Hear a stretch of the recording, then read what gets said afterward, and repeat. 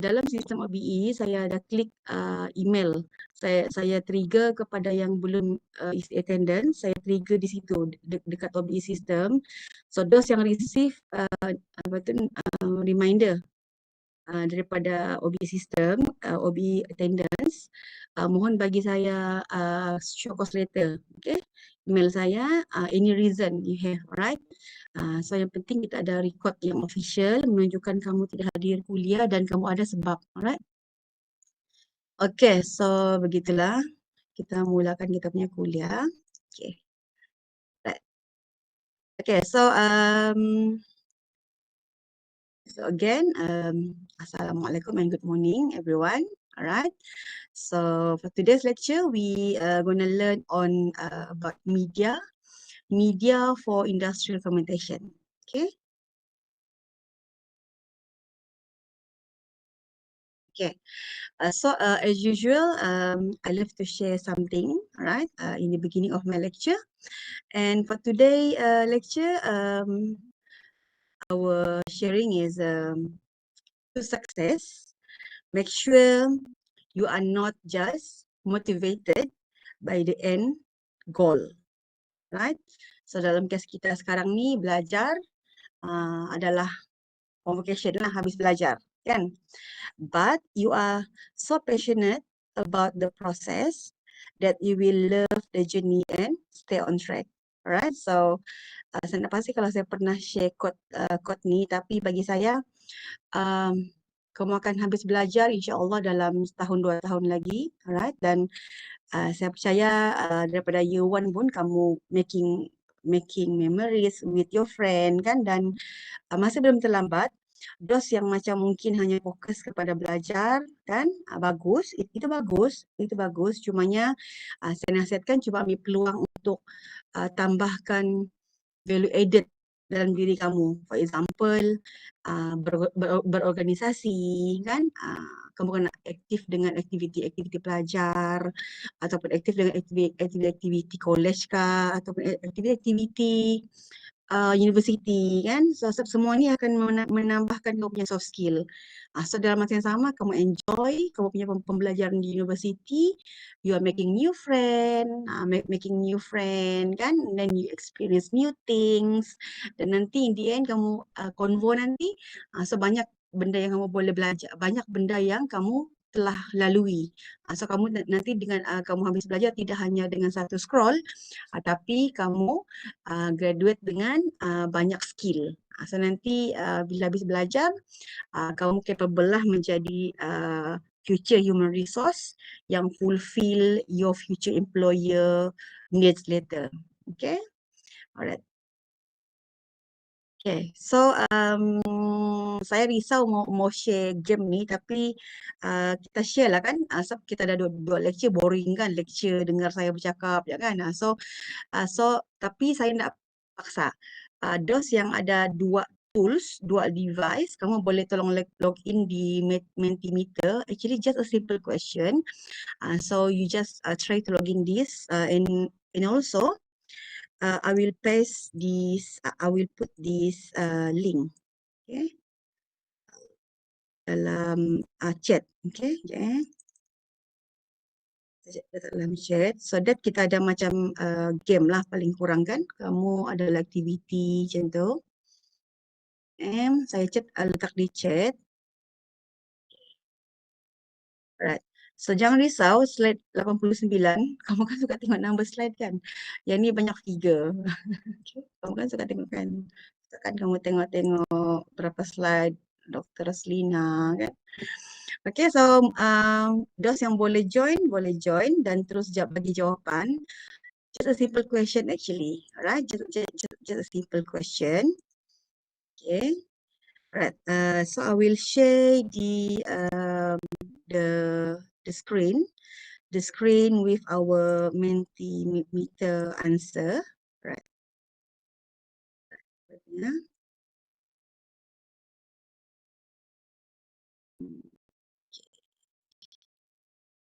Okay, so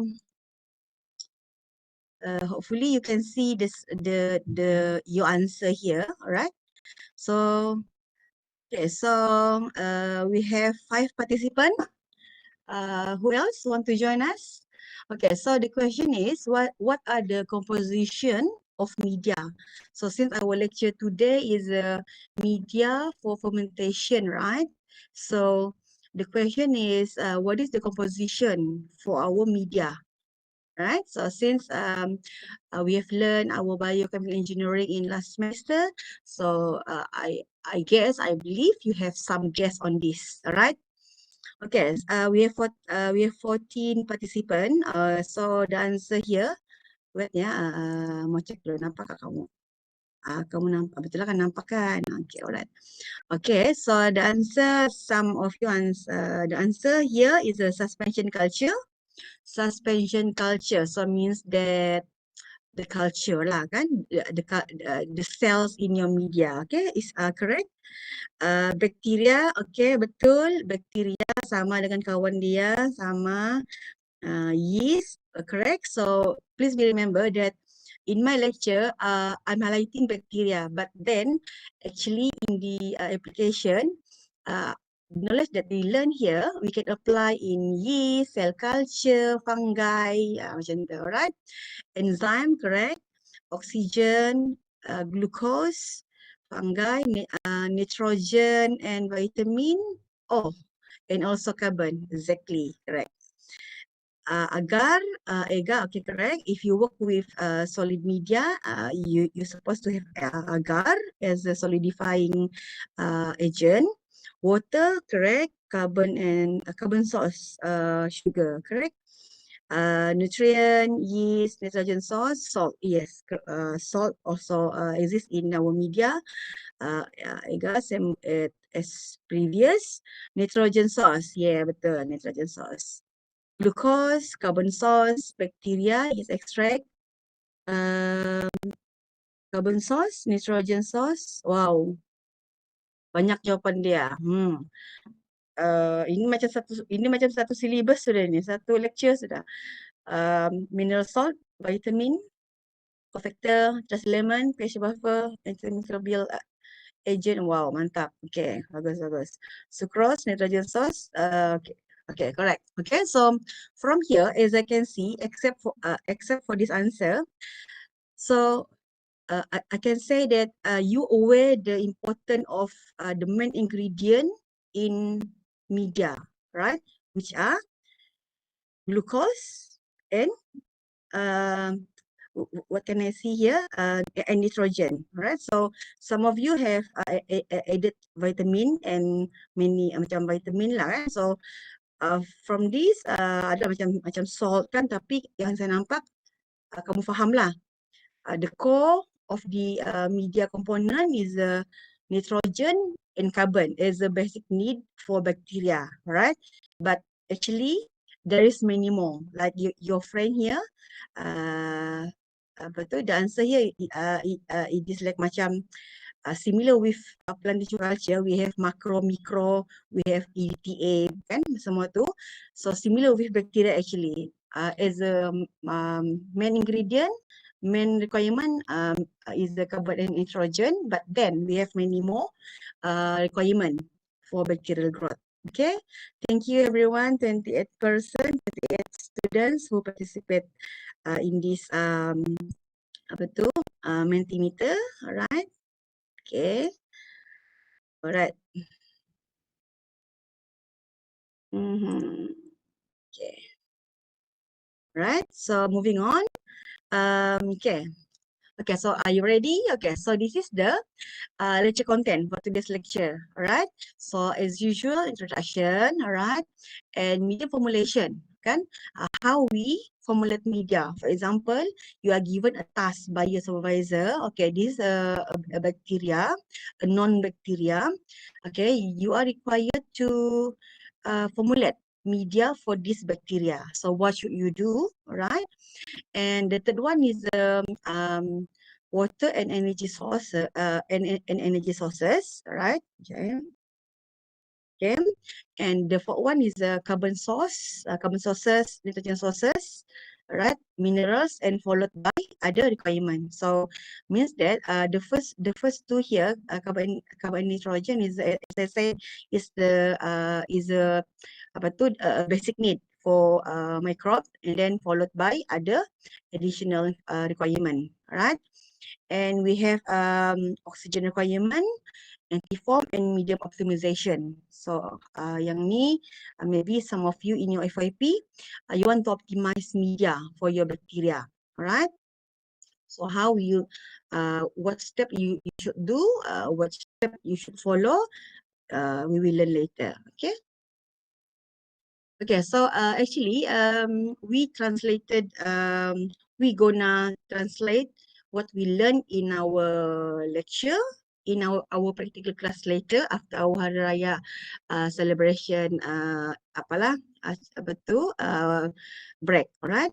So in our second practical class later, in our practical class is apa tu berkaitan dengan kita punya pembelajaran dalam lecture hari ini, di mana tajuk dia ialah the effect of different sugar on growth of Saccharomyces cerevisiae. So here we want to narrow down, we want to see which carbon sources suitable for Saccharomyces cerevisiae growth. So it is similar with, as I mentioned earlier, that carbon is one of the core or important nutrient for bacterial growth.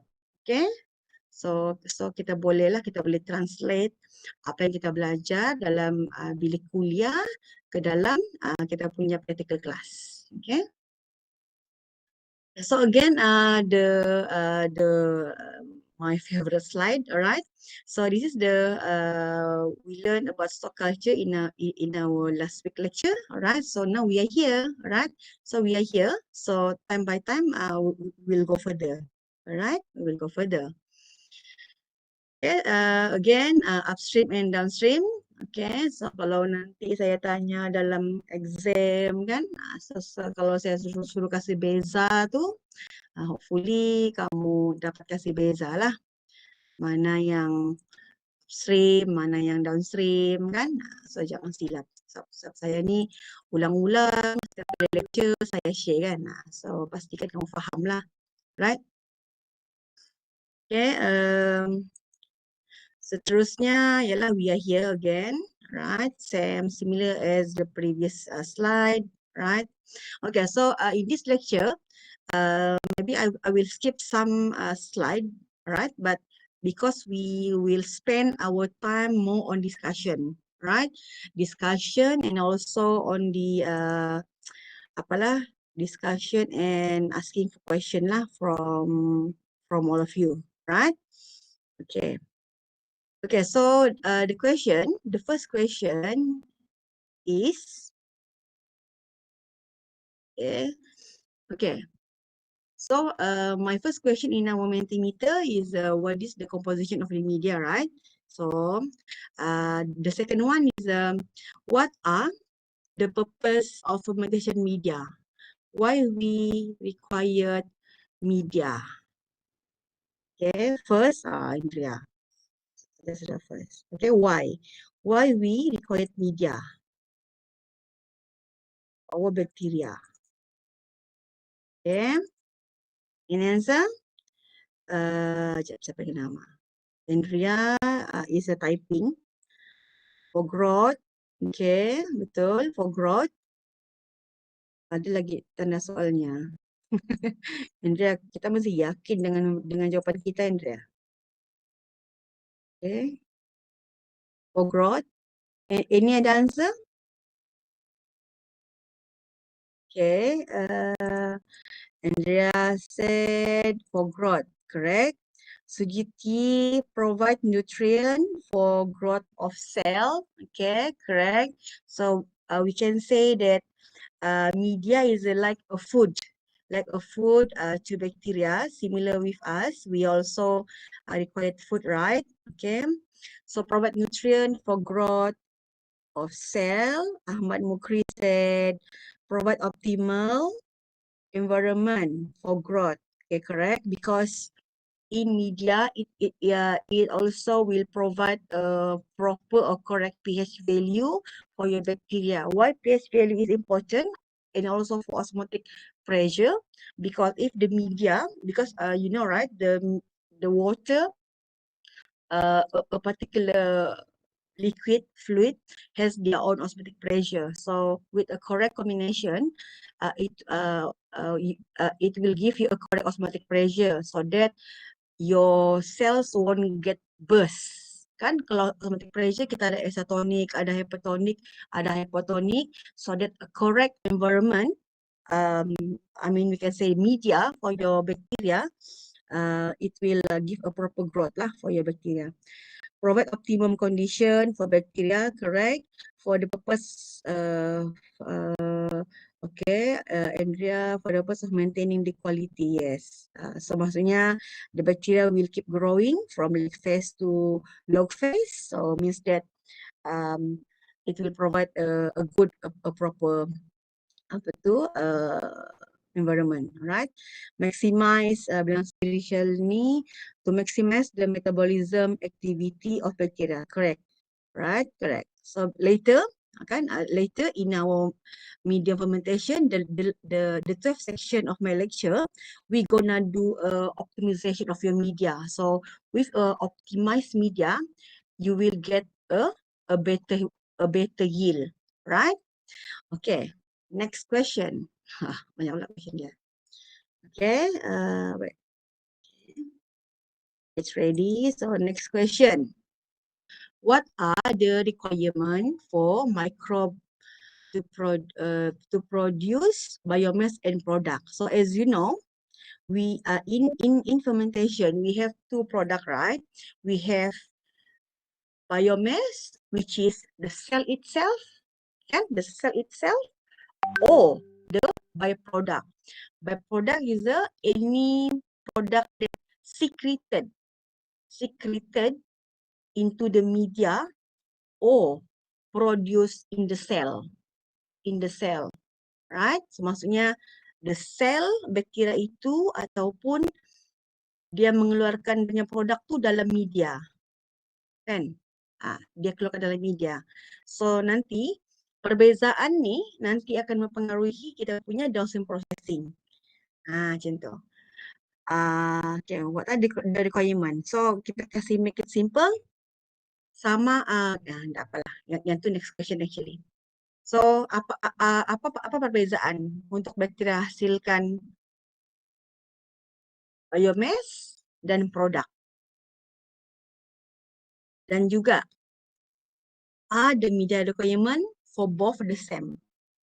Dan katalah si Rishala ni mau media untuk hasilkan sel sahaja. Kan dia mau sel. Tapi bilang si Andrea, saya mau media untuk hasilkan byproduct. Byproduct ni contohnya macam glukos.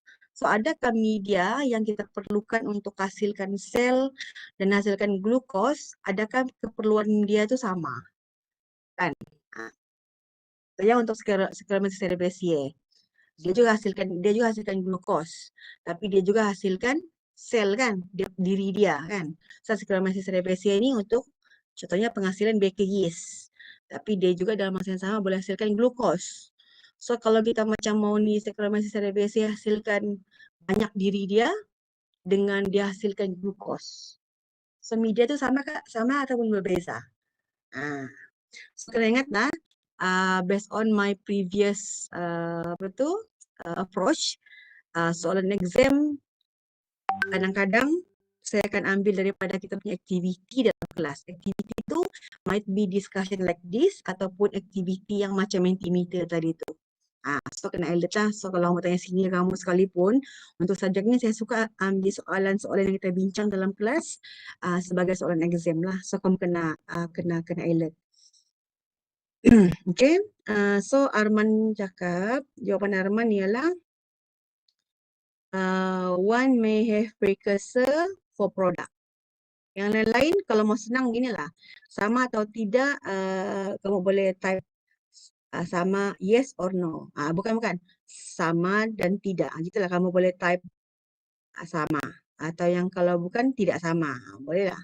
Boleh kalau macam kamu mau bagi idea kan. Kalau macam sudah tepu kan. 10 minit pertama sudah tepu kan contohnya lah. So boleh type lah. Sama. Tidak sama. Macam tu. Tidak sama bilang Iqbal. Okay. Bilang Sharifah. Nutrient. Suitable environment. Requirement tidak sama. Bilang Sharifah tidak sama. Iqbal pun bilang tidak sama. Nasibah pun cakap tidak sama. Lagi yang lain, ikut produk. Boleh sama, boleh tidak. Ikut produk, ikut produk, ikut produk, ikut produk. Tidak sama bilang si Rachel. Sejuti, not same. So kebanyakannya tidak sama lah kan. Bilang si Rachel ini pun tidak sama. Dia cakap, kenapa tidak sama? Pasti kamu tahu kenapa tidak sama. Nanti mungkin dalam exam ada soalan yang keluar. Tapi jawapan dia kenapa tidak sama ataupun sama bergantung dengan apa? Siapa yang boleh ada jawapan dia? Sama ataupun tidak sama bergantung dengan apa?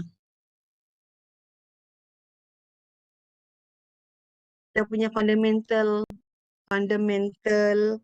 knowledge tentang bakteria. Maybe boleh sama bergantung dengan condition to media. Kamu kena fikir basic. Yes. Arman. Bagi tepukan kepada Arman semua. Bagi tepukan kepada Arman. Okay. Yes. Growth phase. Itulah jawapan dia. Okay. Bergantung dengan growth phase. Ya nampak. Apa yang pernah nampak Kian? Apa yang saya tidak nampak nih? Kian nampak. Dewa si Arman. Samanya. Oh iya kah? Oh bilang si Arman, jawapan dia growth phase. Jawapan Arman adalah growth phase.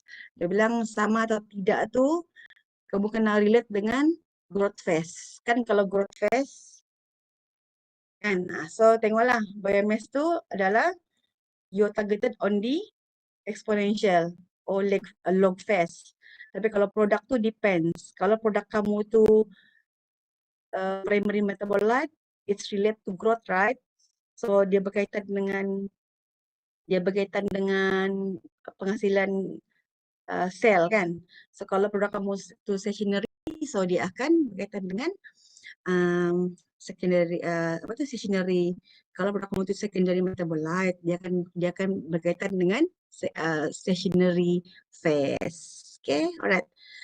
Sudah setengah jam masih di introduction.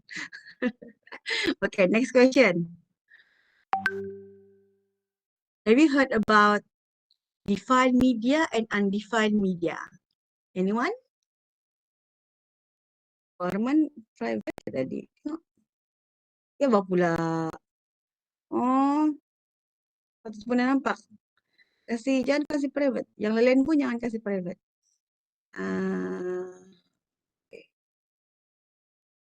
Okay. Right. Undefined dengan define. Pernah dengar apakah mereka? Adakah anda sedang menggoogle? Defined media dan undefined media. Pernah dengar? Kalau pernah dengar, bolehlah. Kalau tidak pernah dengar, tidak pernah dengar. Ataupun kalau pernah dengar, boleh bagi jawapan. Tidak pernah. Betul? Bagus. Saya suka jawapan yang kalau tidak pernah, beritahu. Nanti saya explain. Yang lain-lain? Tidak pernah dengar juga. Okey, tak apa. Okey. Ini yang kita mau. Macam dah pada doktor belum sereha. Tidak pernah. Okey, bagus. Pernah bilang si Iqbal. Iqbal, apa yang tidak pernah? Baik, pergi edit. Okay. Alright, so kita boleh skip soalan yang media. Kita boleh skip jawab soalan defined dan undefined. So nanti kamu mark in your buku nota. Okay, kena tulis sini. Nanti doktor explain macam tu. Okay. Alright. Ini so kalau sudah yang nombor 3 ni tak tahu, bukan tak tahu lah, maksudnya kamu belum familiar. So nanti kamu kena pastikan juga kamu kena faham. Sebab defined dengan undefined ni adalah dua term yang penting dalam subjek ni. Dalam chapter ini. So, kamu kena faham. So, nanti pastikan kamu dapat jawapan apa kelebihan dan kekurangan penggunaan defined dan undefined. Kalau saya lupa explain, remind saya. Okay? Alright. Next question. Ini last question actually. So this is the last question for introduction. Alright. So kalau tadi dalam kita punya Mentimeter, itu soalan saya sebelum fermentation. Apa kandungan media? Tapi selepas fermentation habis, completed, adakah composition itu masih sama ataupun berbeza? Dan kalau berbeza, apa yang berbeza di situ? What are the composition of the media after the fermentation completed? Atau kamu boleh highlight apa pertambahan dia lah. Macam tu. Kalau macam tulis semua macam banyak kan. So tapi mungkin kamu boleh nampak apa perbezaan di antara yang before and after. Macam tu. Okay, bilang si Arman dia nak sudah kasih private dia punya message. Substrate kurang sudah dia bilang. Produk atau biomass more. Bilang si Sujiti, secondary metabolite. Maksudnya bilang si Sujiti selain daripada composition media yang existing tadi, ada pertambahan metabolite. Contohnya secondary metabolite. Macam tu. Yang lain-lain? Ada jawapan lain?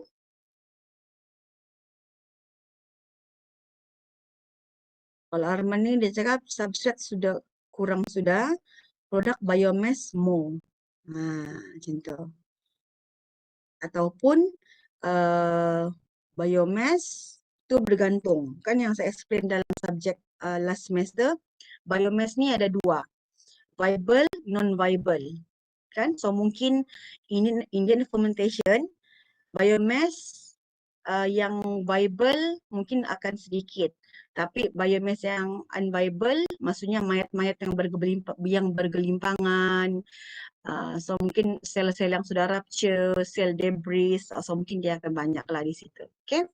Okay, so thank you everyone. Okay, so kita beranjak pada slide seterusnya. Okay, so alright, tarik nafas. Okay, kita pergi ke slide seterusnya.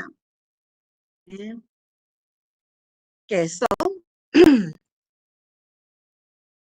so as we know, each bacteria require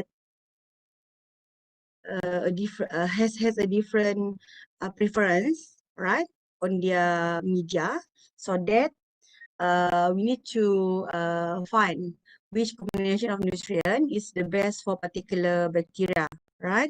So basically, as I explained before, this is the basic need, right? Basic need, and as we highlighted before, carbon and nitrogen is the most important two component for our microbe, right?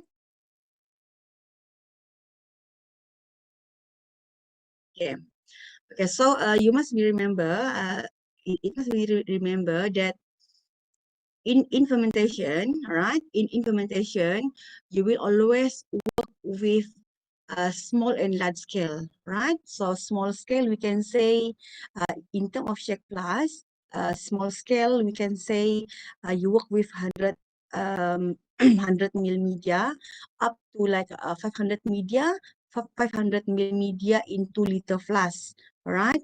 And also after that, once you establish your fermentation media in the small scale, only then you can move your media or your fermentation to the large scale, right? So, but kamu kena ingat daripada perbezaan apa tu kita punya radas sekalipun, kalau di shake flask kan dia tidak ada macam impeller, alah comel, dia tidak ada impeller. Adik nanti nak belajar macam kakak doang. Nanti ada ikut jam kakak belajar biotek. Okay ke? Siapa yang tidak mute? Ada yang tidak mute? Okay. Okay, so okay. Right, so that on a small scale, it is relatively simple to develop a medium, right? Oxymia and apa mia containing pure compound, but the resulting medium, although supporting satisfactory growth, may be unsuitable for use in large scale processes because dalam siklus ni dia punya proses adalah simple kan, tapi dalam bioreactor tu dia punya proses tu kompleks, so that ada yang tidak sesuai lah, right? So ini adalah kita punya target, okay? Our target in optimizing our media, right? It should produce a maximum yield to produce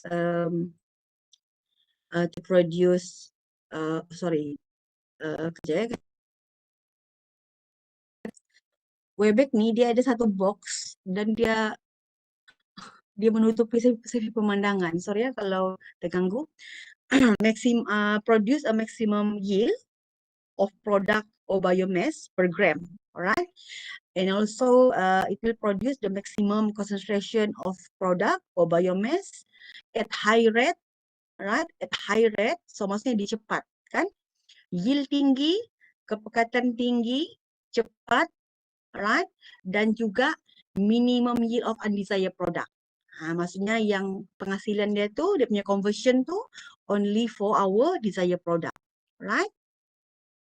Next one is it will be a consistent quality and be readily available throughout the year. Okay, so for this one, for point number 5 is related with our previous question, which is defined and undefined media, right? So I will give you some clue.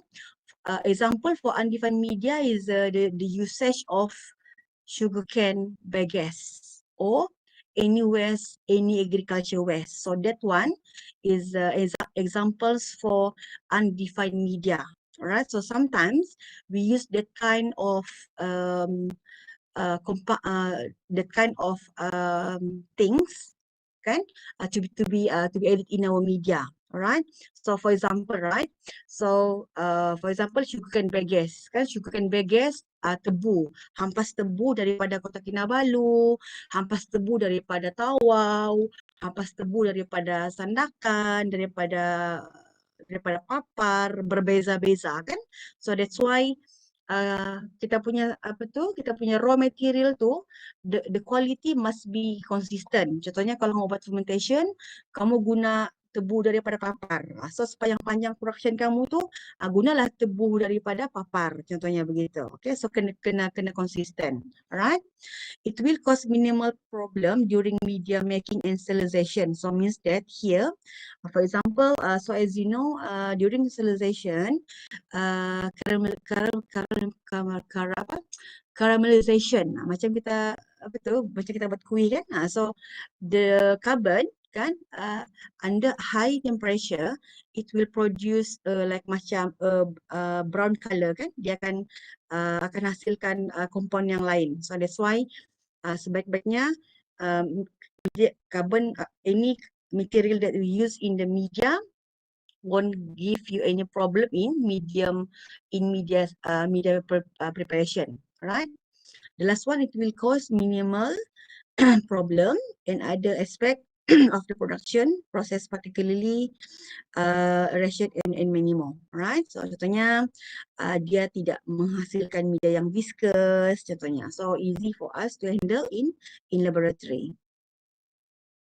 Then so this is the carbon and nitrogen sources. As I said, the most two, right? The most two important component. So this is the example of carbon and nitrogen, right? Okay.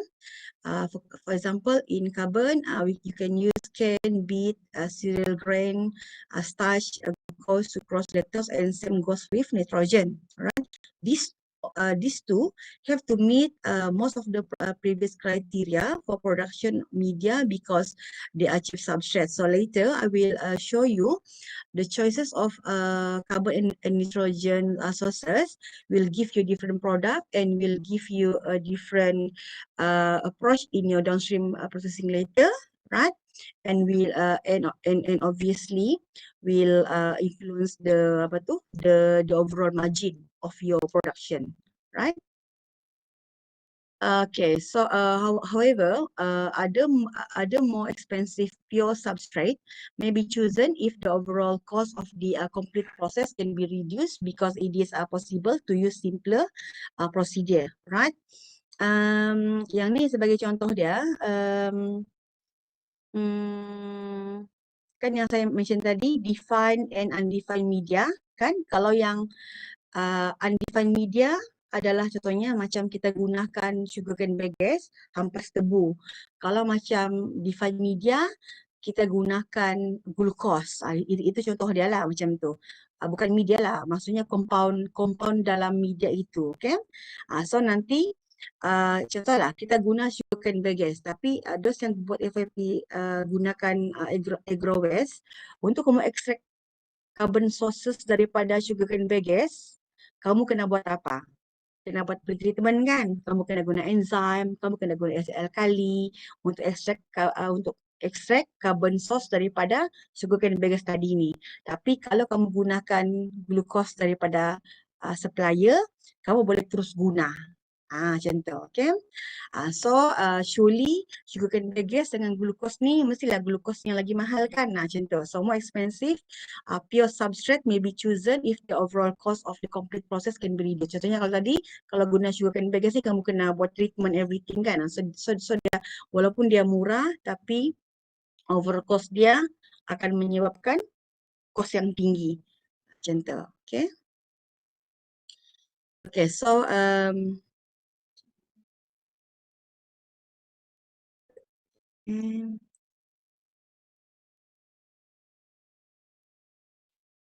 so the medium selected will affect the design of fermenter to be used. For example,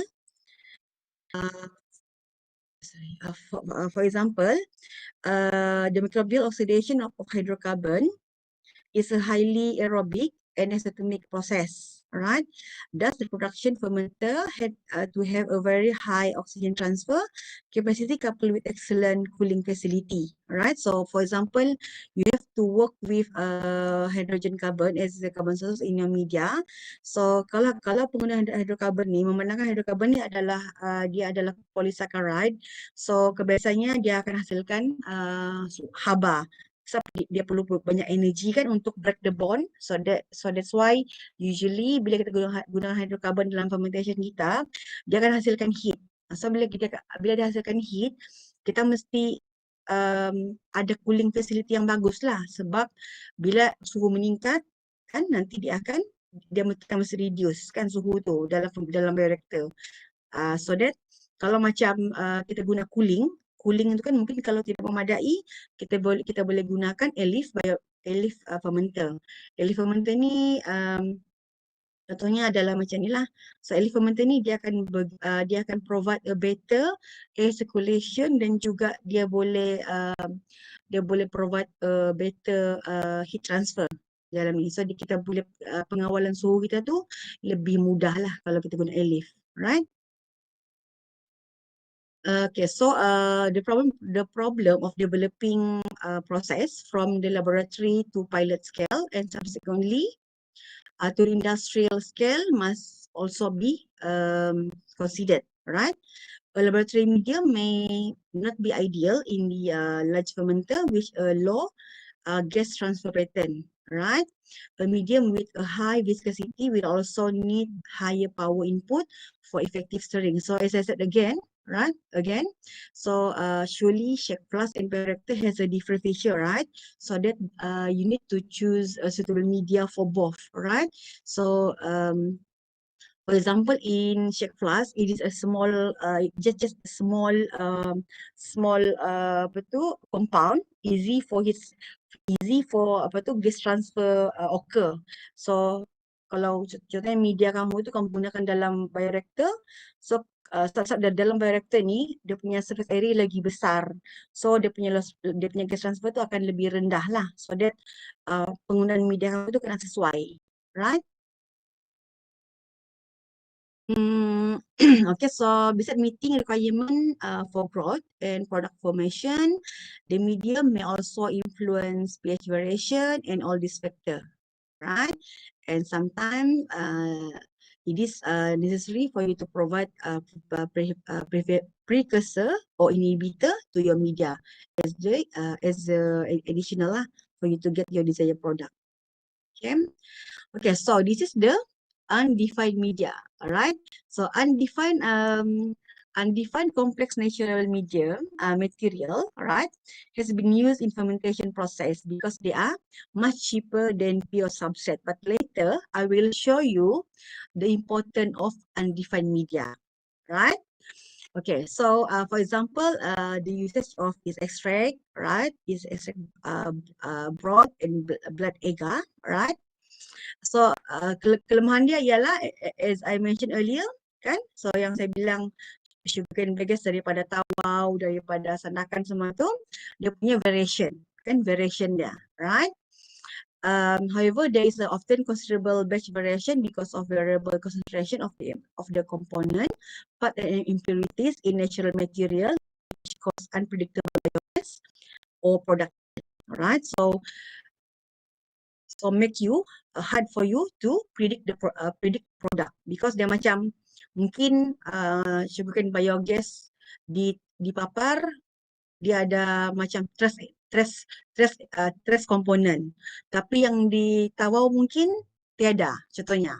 So bila kamu guna variation begini, dia mempengaruhi kamu punya penghasilan produk. So susahlah kalau contohnya kita terguna sugarcane bagasse daripada tempat lain. Tapi sepatutnya kamu guna daripada tempat A for example, kan.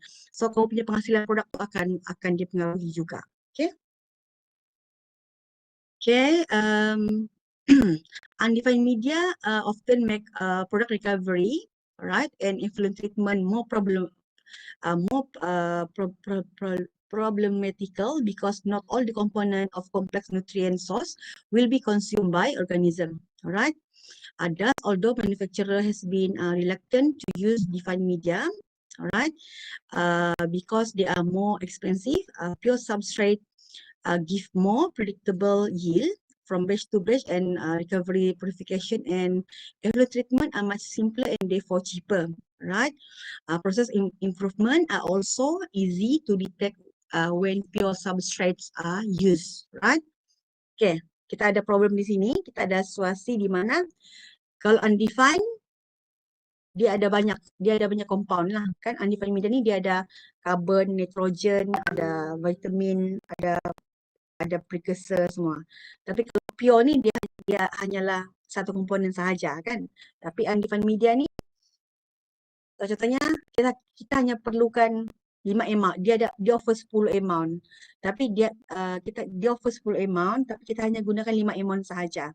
5 komponen. So 5 ni dia akan wasted. So yang wasted ni kita perlu asingkan semasa downstream processing nanti. So dia memberi masalah kepada kita punya downstream processing. Kita kena asingkan dia lah maksudnya. Maksudnya yang 5 ni adalah unconverted nutrient. Nah, macam tu. Okay, tapi kalau macam pure, senanglah untuk kita predict. Alright. Okay, so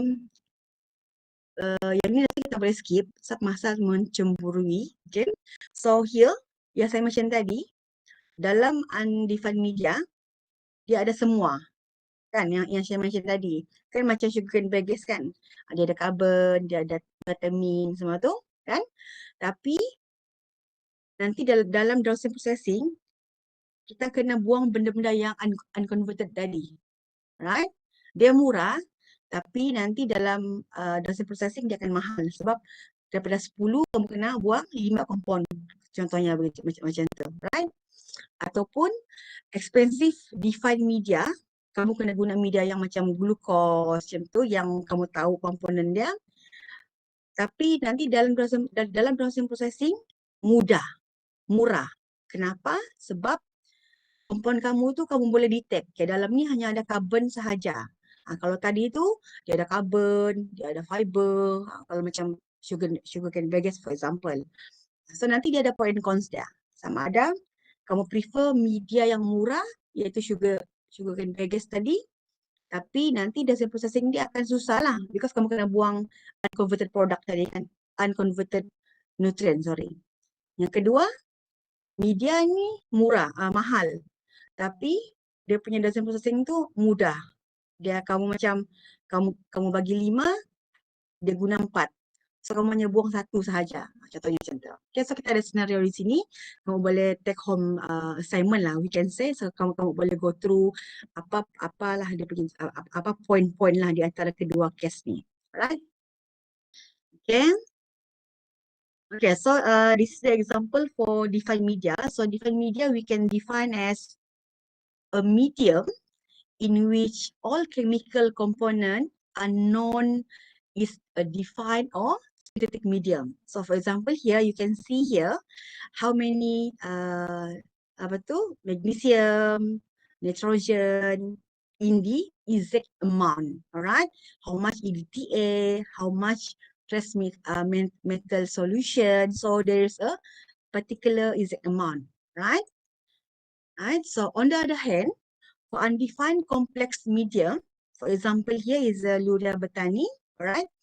Is the precise identity and quantity of its component are not known, right? So means here, we just knowing that a certain tryptophan and its extract exist in that particular media, right? Without a particular exact amount. For example, tryptophan contain amino acid and peptide, but we don't know how much amino acid in the tryptophan. Same goes with this extract. This extract provides you nitrogen, sugar, and organic and organic nutrient, but you won't get the exact amount unless you send that particular sample to the macam analysis. Yes, you can get the amount, but then if you just rely on the yeast extract, you won't know the exact amount of particular ingredient inside the yeast extract, right? So another example here, like macam NaCl in the particular amount, but Pepton, it has like 10 gram per liter, but as I said, Pepton has carbon, nitrogen, trace material, and vitamin. So all this put in the lump sum amount. Dia macam 10 gram macam tu. So use extract 5 gram macam tu. So yes, it is 5 gram, but how much carbon or how much nitrogen in this extract, you won't know unless you send it for analysis. So, faham kan?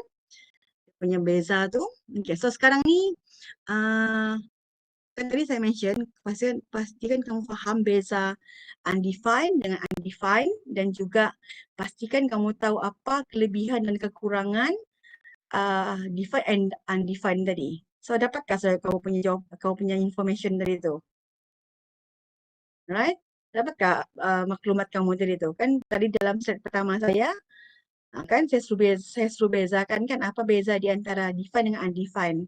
Dan juga kalau kamu kena faham apa beza di antara apa tu contoh dia dan apa kelebihan dan kekurangan kita gunakan defined dan undefined ni tadi. Macam tu.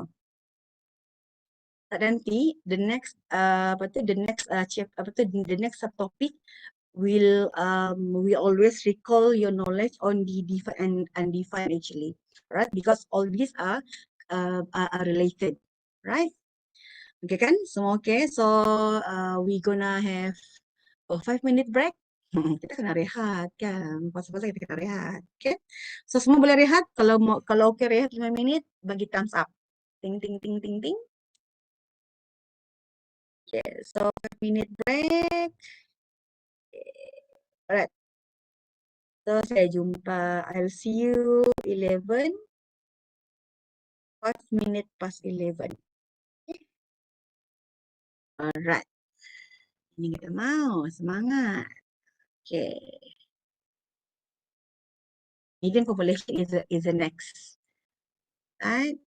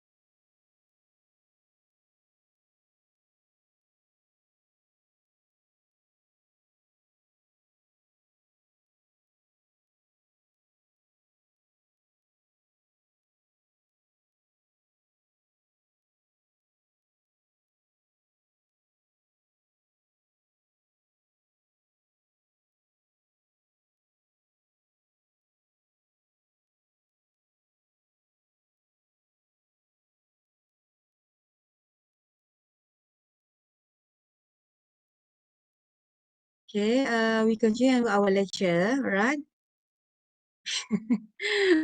I'm facing some trouble with Webex because it is a weekly activity, right? So sometimes I remember which button I should press, but sometimes I get lost. Sorry, yeah. Aduh, lucu. Okay. Okay, so as I said, let's continue our lecture. So as I said, say your supervisor nakal Iqbal, eh? Okay, say for example, you are given a task by your supervisor to like design a medium. Okay, design. Please choose a suitable medium for your bacteria. So what should you do, right? What should you do, right? Okay, so again, as we discussed before, the medium is the important medium is a important media, kan? Media nutrient is important to supply. What I try to say, media is important to supply nutrient for your bacteria. All right, so to satisfy their demand to produce their product lah, which is biomass or their metabolite. All right. Okay. Yes. So here, basically, as we know, by adding carbon, nitrogen, carbon dioxide, and other maybe additional requirement, right? Your bacteria will produce biomass, product, and gases, right? So this question should be expressed in quantitative, right? So quantitative has a different with qualitative. So quanti and quali. Quanti has a particular value, right? So usually in fermentation, so in my process, we need to work with quantitative in the number. So when you have a number, easy for you to manipulate. If you have a qualitative, if you work with qualitative, you have like high and low, kan high and low, good or bad. But if you have quantitative, we have a value, right?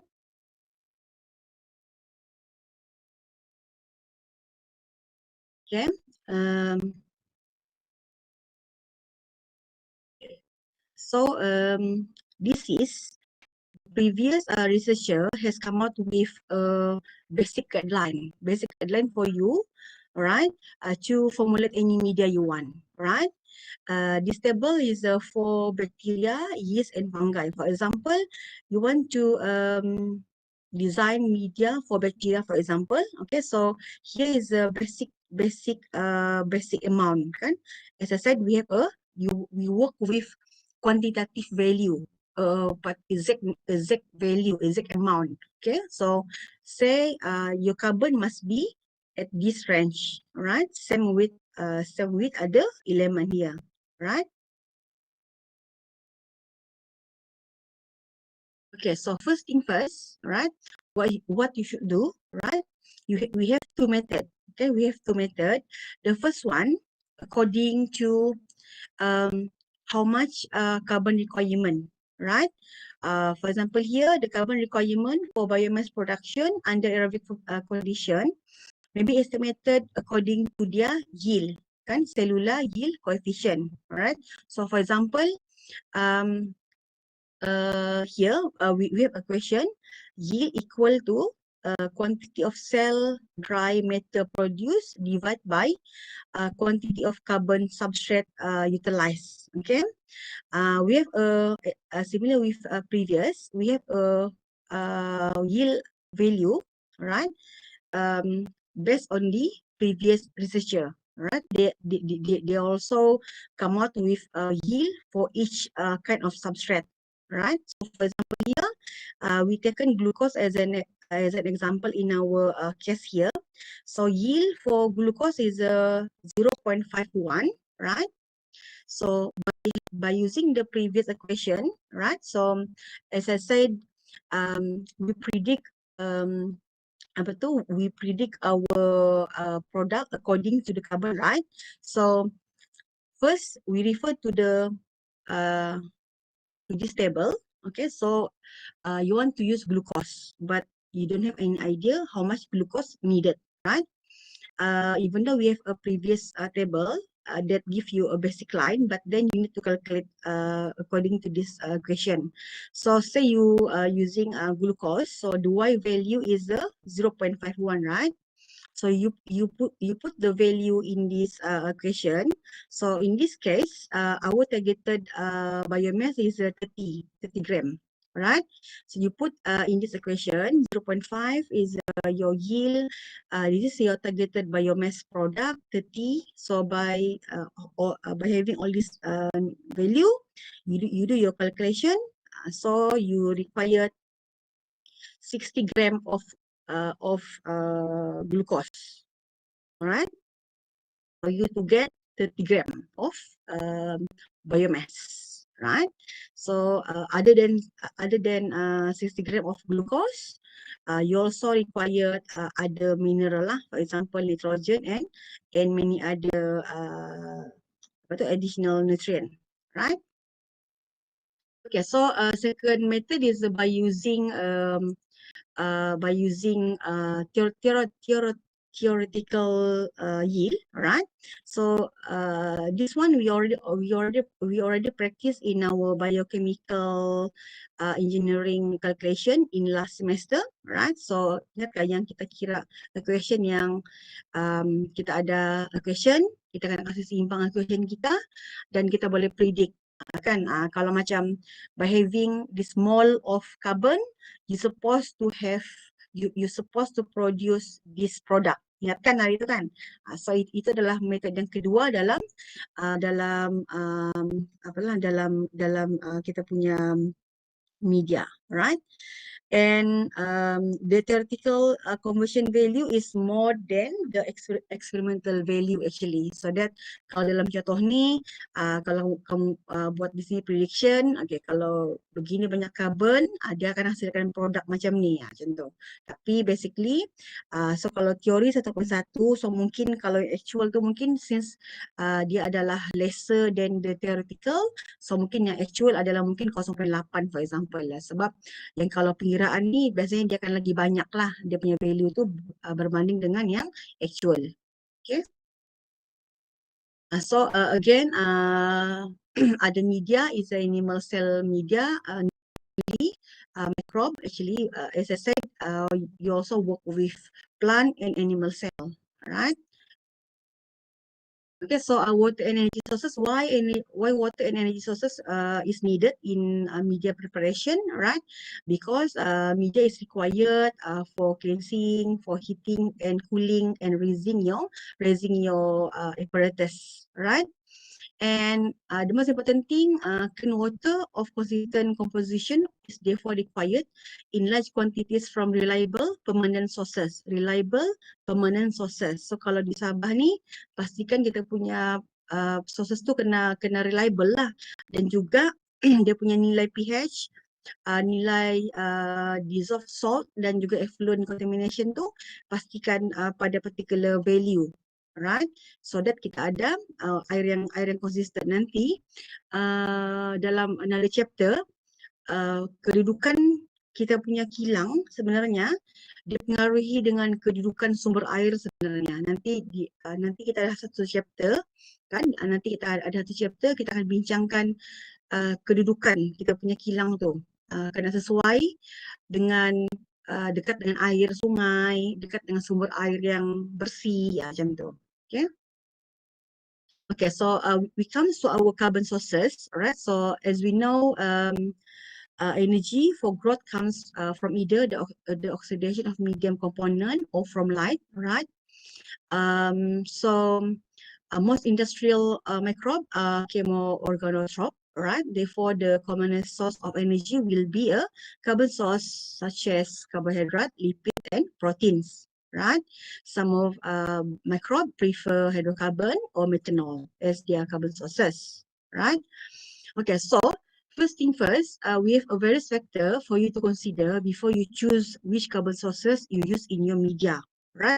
First factor is the rate, the conversion rate, right? Conversion rate of your carbon. So as I explained before, so as you know, in carbon hierarchy, we have disaccharide. We have polysaccharide. disaccharide and monosaccharide, right? So perbezaan di antara ketiga ni adalah mudah ataupun tidak dia digunakan metabolized by microbe. So we take for example here, right? Fast growth due to high concentration of rapidly metabolized sugar is often associated with low productivity of secondary metabolite. Right? So contohnya pemilihan carbon source kamu kena bersesuaian dengan produk kamu sama ada primary and secondary metabolite. So yang ni jawapan dia adalah kita kembali kepada jawapan Arman tadi masa kita punya slide pertama tadi tu. Okay. So kalau dia fast growth ataupun dia slow growth, so kena sesuai. Okay. So macam ni kalau macam glucose, contoh bagi fast metabolized carbon sources.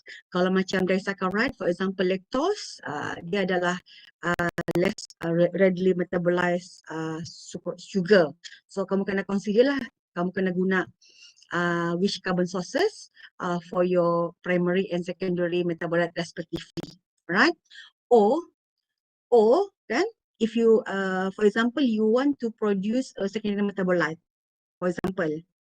So as you know, for secondary metabolite, it is advisable to avoid the usage of simple sugar. Kamu tahu kenapa kan? Tahu kenapa? Kamu tahu kenapa kan? Secondary metabolite sebaik-baiknya jangan guna monosaccharide. Kamu tahu kenapa kan? Dapatkan jawapan dia. Okay?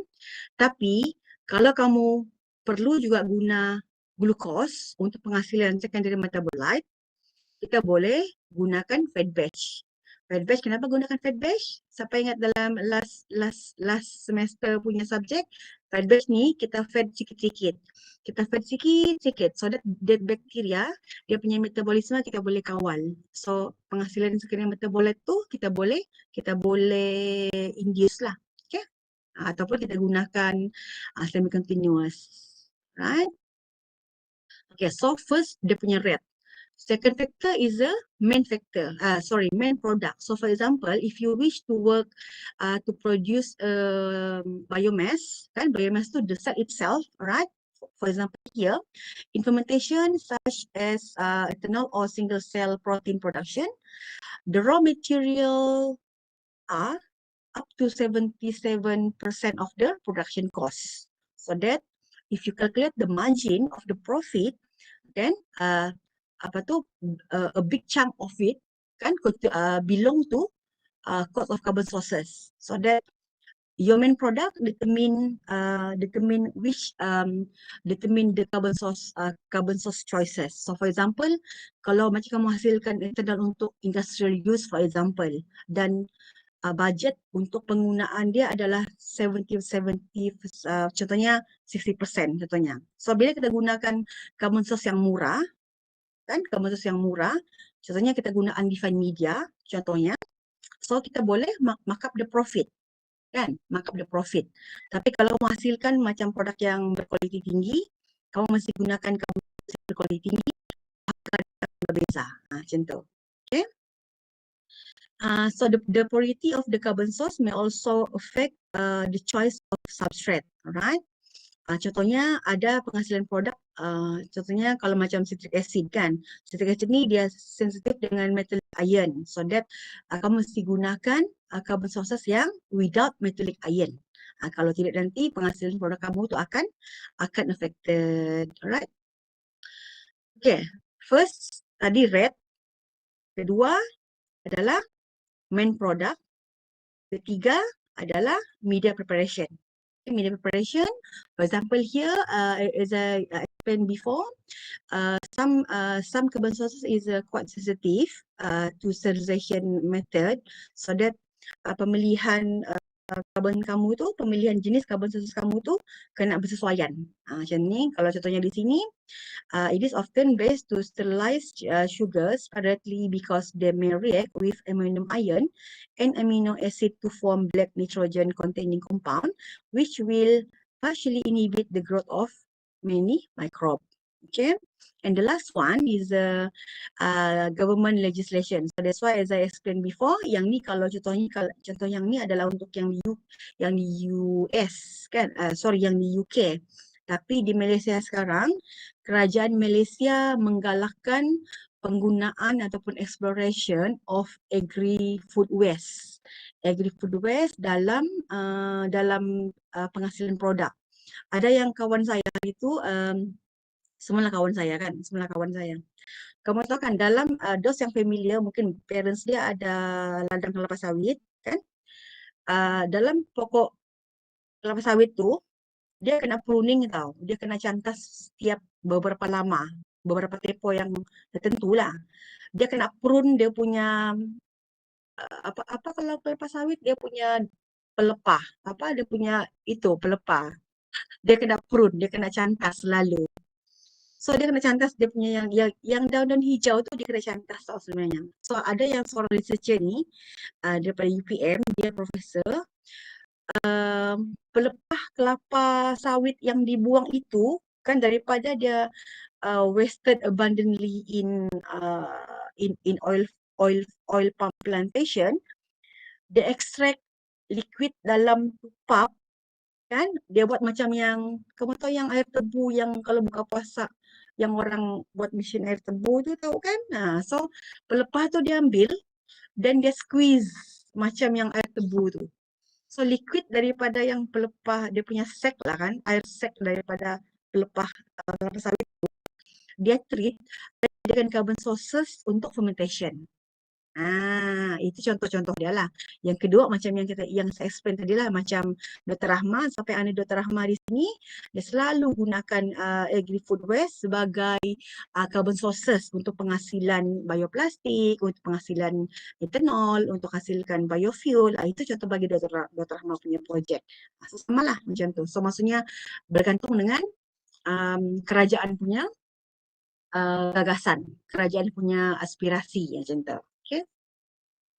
Right, so ini adalah contoh-contoh bagi apalah carbon source yang lain. Okay, so contohnya example of commonly used nitrogen sources, right? Carbohydrate, okay, carbohydrate. For example, the one that I explained, right? We use the undefined media. For example, starch, maize, and other cereals. So the example from the textbook is the example from the overseas plant, right? But in Malaysia, we have, so as I mentioned, palm oil, sugarcane bagasse, fruit peel, and peanut husk. Kan we have a lot. We have a lot of agri waste in our nature, in our environment, from our environment. So as you can see here, for example, in barley malt, and it has starch, up to 60% of starch, and sucrose, and many other carbon sources. So we can say the undefined media are rich in carbon sources, and also actually also rich in nitrogen and many others. But then the problem with undefined media, it offer us a lot. It offers us more than what we need, right? So, but if you could find one undefined media that suit with your fermentation, suit with your production, then it will benefited you, right? So bayangkan dia macam kamu perlu tambah 5 compound, 5 chemical kamu kena beli. Tapi kalau kita gunakan undefined media, you have all in one sources. In one source you have all kan, tapi kalau tidak kamu kena tambah 5 komponen yang berbeza. So itu pro and cons dia lah kan. Right. Okay, so this is the analysis for cane molasses, right? Sama juga, it has a lot of carbon sources, right? And also actually, other than our carbohydrate sources, actually you can use oil and fat as a carbon source in your fermentation, right?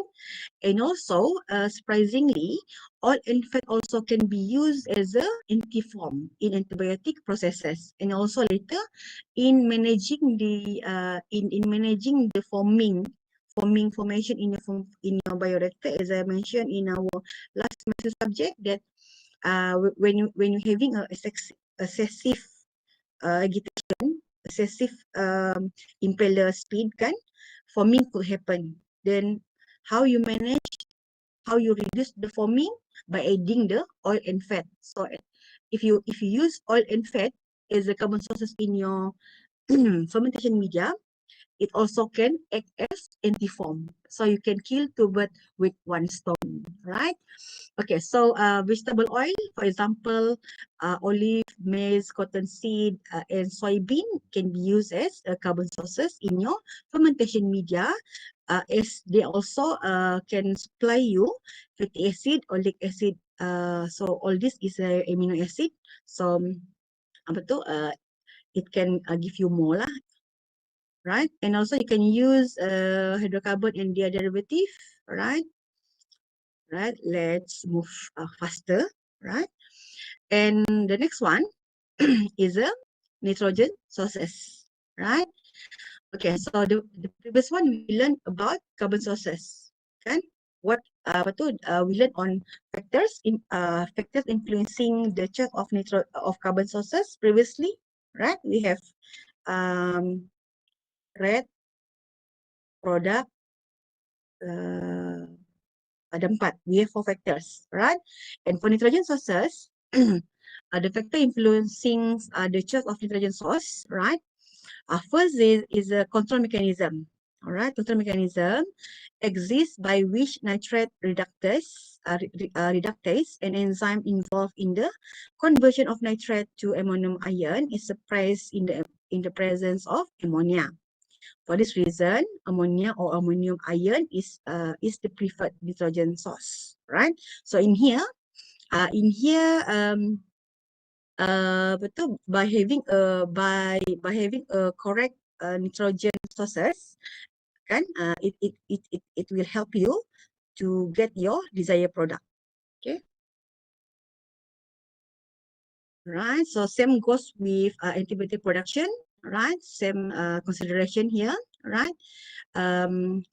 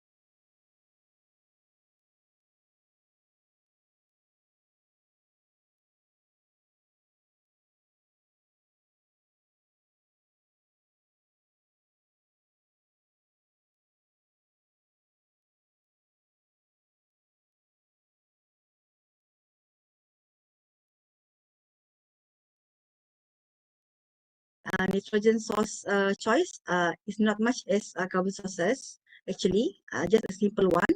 You just need to pay attention on the byproduct of your nitrogen sources to make sure it won't interfere with your product production. Okay. So in nitrogen sources, we have two types of nitrogen sources: inorganic and organic. Okay, inorganic and organic. Right. So example for inorganic nitrogen sources are ammonia gas, ammonium salt, and nitrates. And for organic nitrogen sources, you can use amino acid, protein, and or urea. Right. So for nitrogen, right, actually it's not only provide you nitrogen for your microbe, but also this nitrogen can act as a pH controller, pH regulator for your media. For example, here, if you add ammonia has been used for pH control and as the major nitrogen source in the defined medium for the commercial production of human serum albumin by Saccharomyces cerevisiae. Okay, what happened here?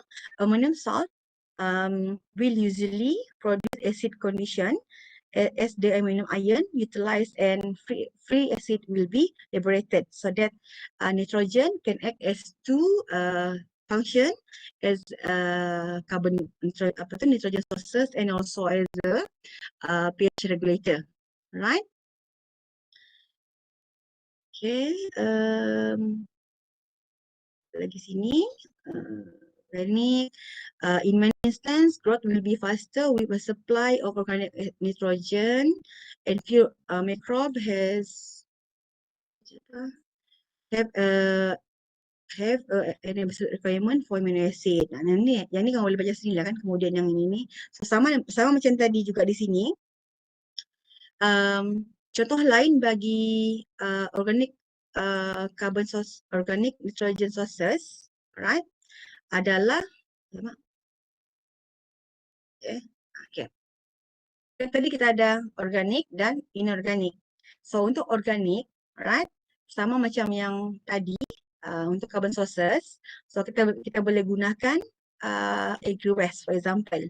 So here, as you can see here, say you use soybean hydrolysate as your organic carbon sources. So by adding soybean hydrolysate in the media as a nitrogen sources, at the same time, it will give you these two amino acid, right? Methionine and threonine, so that it will help you to minimize your overall cost, because individually these two amino acid is expensive actually, right?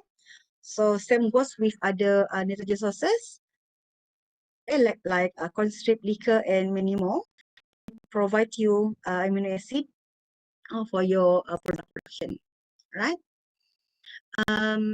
In vaccine production, right? Usually they require chemically defined amino acid media lacking protein, right? So means that we can say depends on your product. You need to know the sensitivity of your product. For example, here for vaccine production, you must use media or nitrogen sources that less with amino acid, right? So second example is the production of your probiotic bacteria product. Okay, you must use a food grade and a halalan toiban media ingredient. Kan, for example, if you use like macam nitrogen sources from meat, maybe for example from meat, so you must be sure that your nitrogen sources must be halalan toiban, means that slaughter and must be handled in the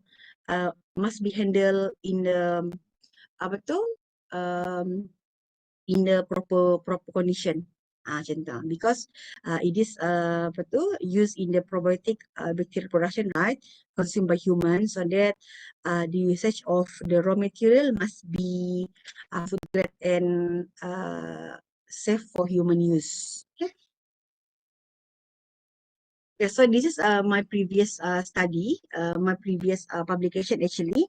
So in my research here, I just want to share with you that apa tu medium optimization is a actual or real lah out there kan. So for example, as I told you, your supervisor asks you to optimize media, right? So for your particular bacteria. So what you should do, you need to optimize each in one ingredient in your media, right? So in my study, uh, I want to compare which nitrogen sources is better for my bacteria, the organic or inorganic. All right. So from here, from the production of my byproduct here, the usage of inorganic is better as compared to organic. Sorry, organic is better as compared to inorganic here. Right? So you can see that the optimization of media is a real thing, kan? Is a real thing, doable, kan? Doable. So you can choose, you can replace the carbon sources. Sorry, you can replace the nitrogen sources in your media with the new one, kan? So as you can see here, the control here, the product is about 5, 6, 7. But by optimizing your new media, kan, you can get 764.71. So we can say apa tu yang tadi dalam chat tadi, siapa yang jawab tadi ya? Saya lupa which student.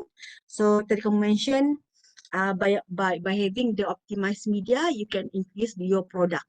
So inilah contohnya. Okay. Ini sudah kan tadi kan. Okay, so for other component, I can skip the other component. Alright, so because it is just a trace amount for your media, so you can read it by yourself later. Alright, we have mineral, growth factor, and also actually in industry, you can use your existing media in the next batch, right? You can recycle your media so that you can reduce the cost. Okay.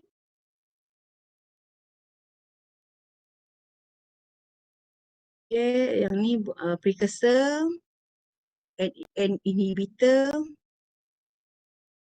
Okay, boleh baca sendiri nanti. Kita boleh skip. And then oxygen, yang ni kita sudah bincang tadi. Alright, so the apa tu relation, bergulung pula lidah aku pada tengah hari ni kan. Kurang gula ni kan.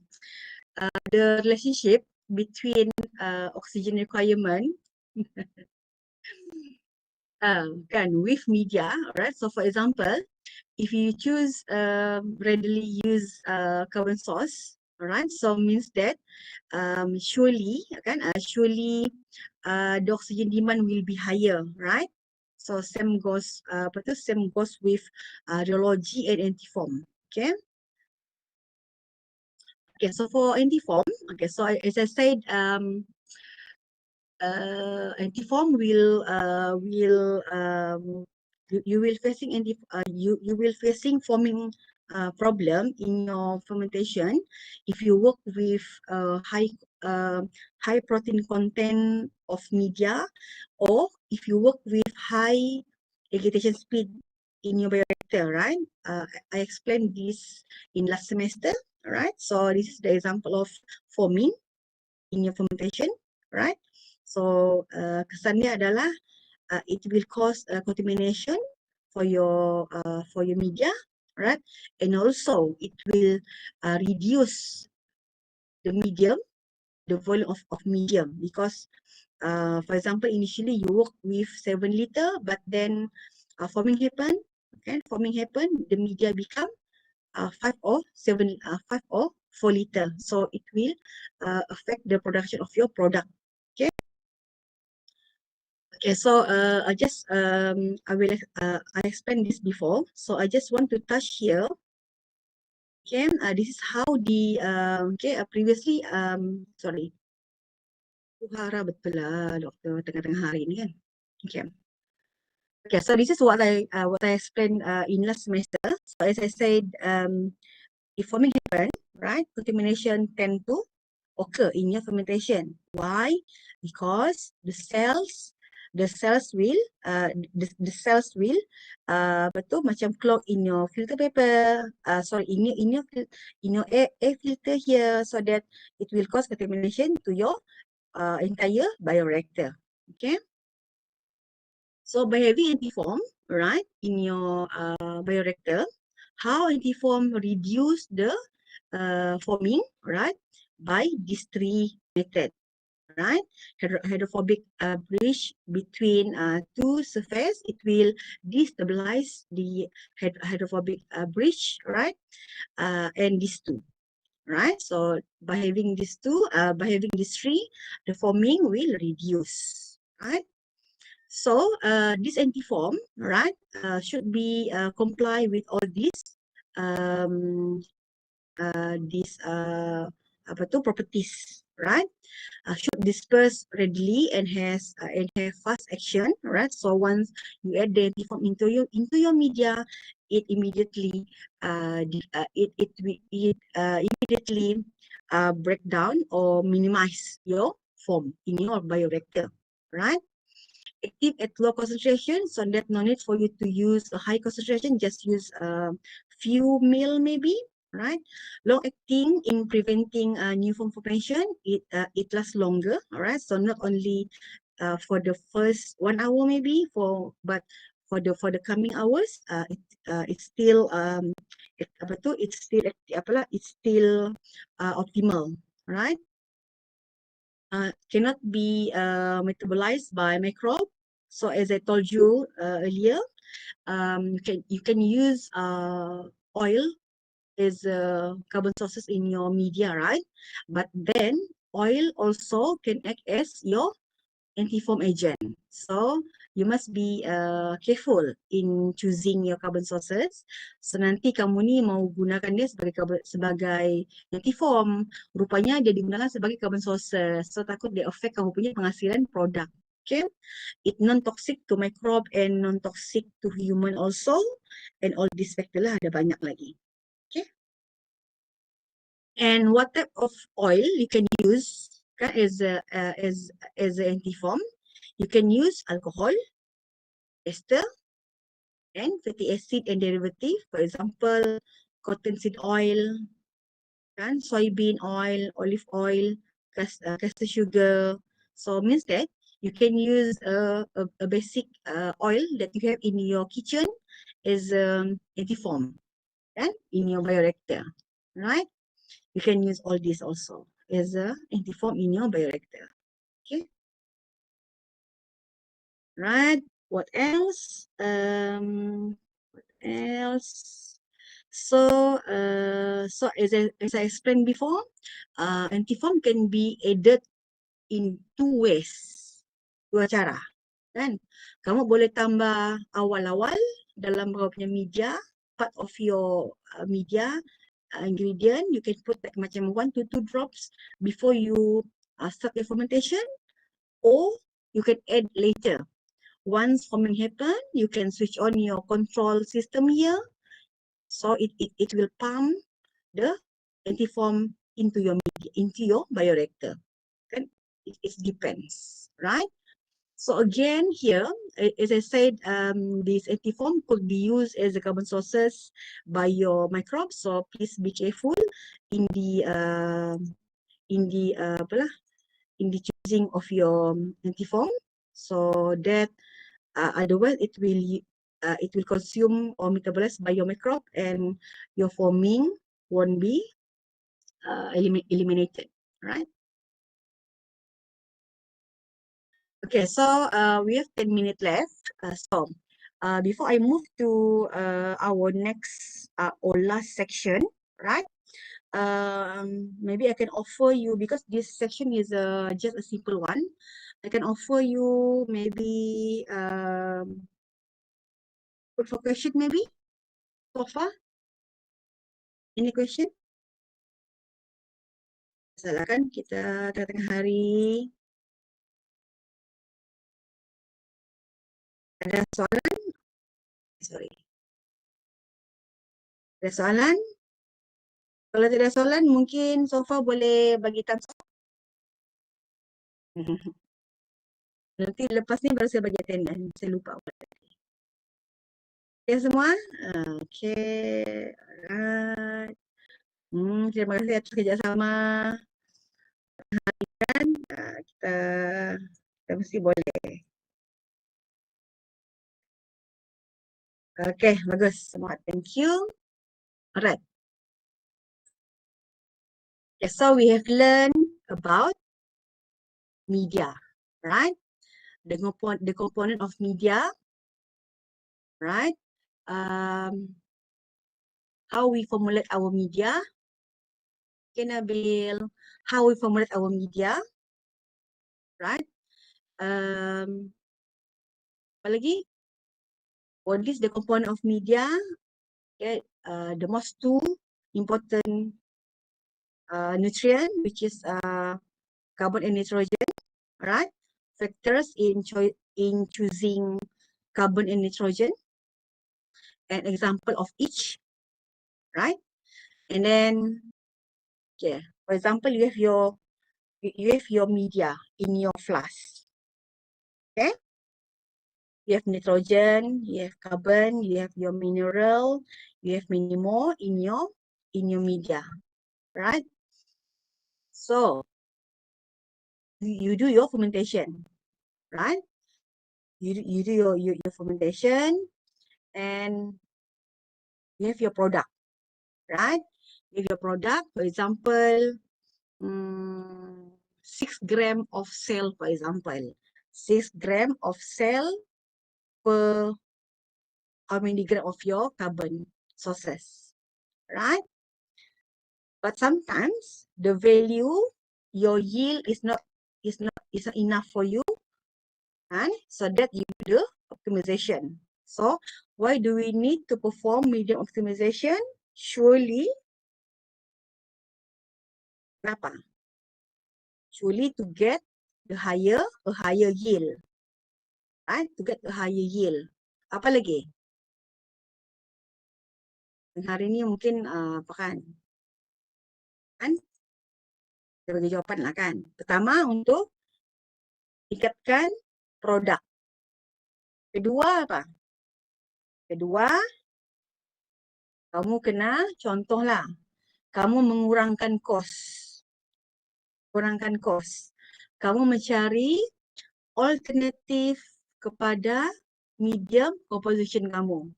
Contoh, kalau media asal kamu gunakan glukos, but then kamu mau contohnya kalau media asal ni kos dia adalah RM100 kan per liter. Tapi kamu mau kurangkan kos. So kamu gunakan alternatif carbon sources. Alternatif nitrogen sources. So kamu gunakan again sugarcane bagasse, kamu gunakan coconut husk for example lah. So kita untuk minimize the cost, kan? Increase the yield, minimize the cost, kan? Ataupun kamu mau replace the existing component in your media, right? Macam yang saya buat tadi lah. Mula-mula guna inorganik, guna organik. So saya tengok mana yang lebih baik, right? So yang tu, okay? Yang contoh-contoh bagi why we do the optimization. So maksudnya optimization ni we make our media better with higher yield, higher product. Okay. So yang ni, right? It is important for us to hit as many as point as I mentioned earlier, right? The 7 criteria, right? So when considering the biomass growth phase in isolation, it must be recognized that efficiently grown biomass produced by an optimized high productivity growth phase is not necessarily best suited for its ultimate purpose, such as synthesizing the desired product, right? So different combination and sequence of process combination condition need to be investigated to determine the growth condition which produce the biomass with the physiological state-based constituted for product formation, right? So we have two methods in optimizing your media, right? So the first one is the classic method, right? So in classic method, what you can do in classic method, you change one independent variable, right? For example, nutrient, antiform, pH, and temperature, while fixing all the others, right, at certain level, right? But by executing the classical method, it has disadvantages, which are time consuming, and expensive, right? I will explain more on this later. Right? Okay, so this is the example of classical method. Right? So this is what we usually done, what we usually apply in our experiment. Right? So the classical method, also known as one factor at one time. So please remember these terms, or OFAT. And OFAT ni adalah one factor at one time. So for example, you want to optimize various parameter in your fermentation. So you have three objectives, for example. Okay. First one is to evaluate the effect of type of carbon sources on the growth of your E. coli. Okay, and then you want to optimize temperature. And the next one, you want to optimize agitation speed. Kan? So kalau gunakan OFAT, apa yang kamu buat? Kamu optimize satu. Okay, contohnya, first one, you need to find out the best carbon sources. Okay, for example, you tested glucose, sucrose, and starch, for example. Alright, so out of 3, for example, sucrose is the best one, for example. So next one, the next factor, you use sucrose. In optimizing temperature, you use sucrose, right? So okay, comes to second parameter. You tested 30, 40, 60, and then you found out that 30 degrees Celsius is the most suitable temperature for your microbe. So in the third parameter, right, you choose sucrose 30 degrees Celsius, and then you vary the agitation speed. So your agitation speed, for example, 100, 300, 600, 900, for example, right? So that in the end of your experiment, you get your optimized condition. So for example, out of your tested agitation speed, you found out that 300 RPM is the best one for your biomass growth, for your cell growth. Right? So in the end, we can say the optimized condition for the growth of recombinant E. coli is consisted of sucrose as your carbon sources, incubated at 30 degrees Celsius, and agitated at 300 RPM. So these three we can say the optimized point for your E. coli growth. Yang ni kalau classical. Banyak kerja kan? Betul kan? Oh, optimize satu-satu. Yang ni seminggu. Yang ni 2 minggu. Yang ni 3 minggu. 3 minggu. Yang tu kalau berjaya. Kalau gagal, ulang lagi. 6 minggu. Kan? Okay. We comes to statistical or mathematical method. In this experiment, you execute the experiment. You tested the parameter in one go, in parallel. Okay. For example here, right? this may be appropriate for 3 nutrient, alright, or 3 parameter, alright. So we can yang ni kalau contohnya kamu work with jenis carbon, okay, jenis carbon 3 tapi yang tu tidak sesuaikan yang contohnya kan. Tapi kalau contohnya tadi tu, kalau ikut yang klasikal tadi, maksudnya kita boleh test, tadi sukros 30 darjah Celsius, 60 darjah Celsius dan juga 3, 4, 6 darjah Celsius. Dan juga kesemua ni kita boleh test pada kesemua agitation speed. Faham kan? Sama juga dengan guna glukos. Kan kalau tadi kita test satu-satu kan. Tapi yang ni kita boleh test combination tu sekali harum. Kalau macam tadi kita ambil sukros, incubate 30 darjah Celsius kan. And then agitate pada pelbagai agitation speed. So, tapi kalau yang ini kita boleh test semua sekali. So kalau kita buat analogi pengiraan dia macam ni lah. Kalau 3 nutrien, 2 kepekatan, okay, kita akan kira macam ni. 2 kuasa 3. So dia akan ada 8 eksperimen.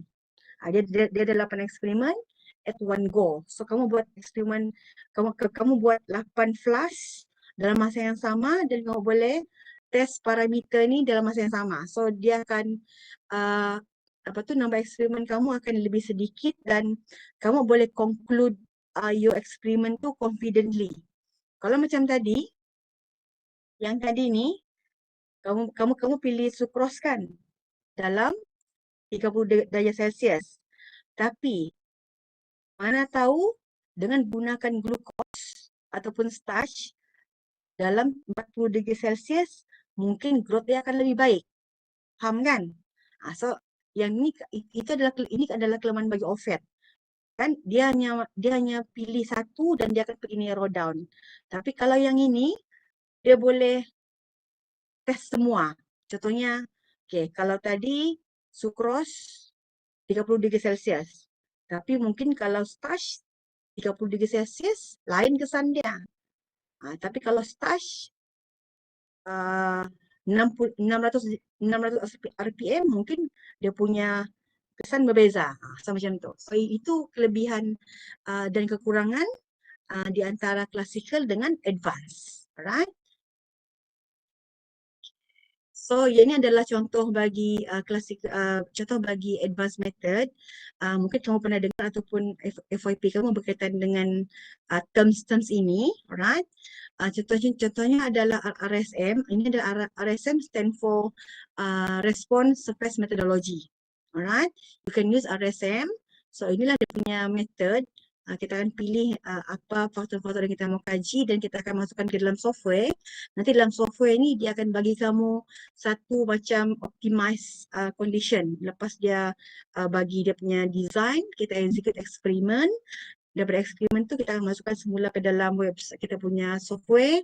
Nanti software tu akan analyze untuk kita apa optimize combination of factor lah untuk kita dapatkan kita punya desire product tadi.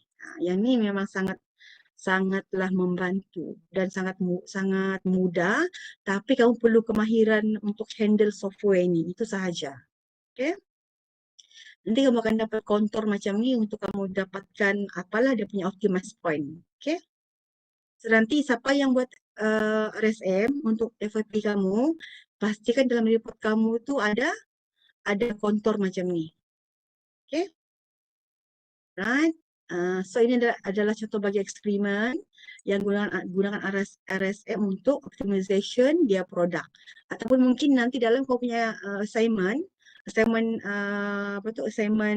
subjek ni, mungkin kamu ada boleh RSM pun boleh juga. So kita boleh belajar sama-sama.